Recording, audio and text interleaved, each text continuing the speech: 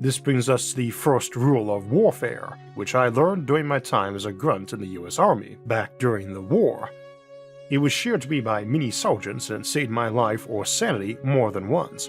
However, as it turned out, while each of my sergeants made sure to tell me what the most important thing in battle was, I had quite a few over the years, most of them excellent and battle-hardened. Each had their own pearls of wisdom, and they really are, too.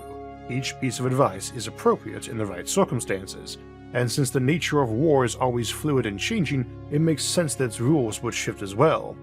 Over the years, I've shared them in various episodes, usually scrubbed to the four-letter words that tend to be mixed in at the time, and collected some more.